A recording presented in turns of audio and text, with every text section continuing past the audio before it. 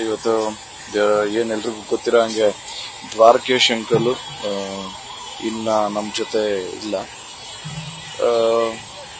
April 16ನೇ ತಾರೀಕು 3 ವರ್ಷದ ಹಿಂದೆ ಅವ್ರ ಶ್ರೀಮತಿ ಅವ್ರಿಗೆ ಅನಾಹುತ ಆಗಿ ತೀರೋಗಿದ್ರು. ಈಗ 3 ವರ್ಷದ ನಂತರ ಏಪ್ರಿಲ್ 16ನೇ ತಾರೀಕೆ ದ್ವಾರಕೇಶ್ ಅಂಕಲ್ಗೂ ಹಿಂಗೆ ಆಗಿದೆ. ಅವ್ರ ಶ್ರೀಮತಿ ಅವ್ರ ಜೊತೆ ಸೇರಿರ್ತಾರೆ. And also he had a beautiful journey.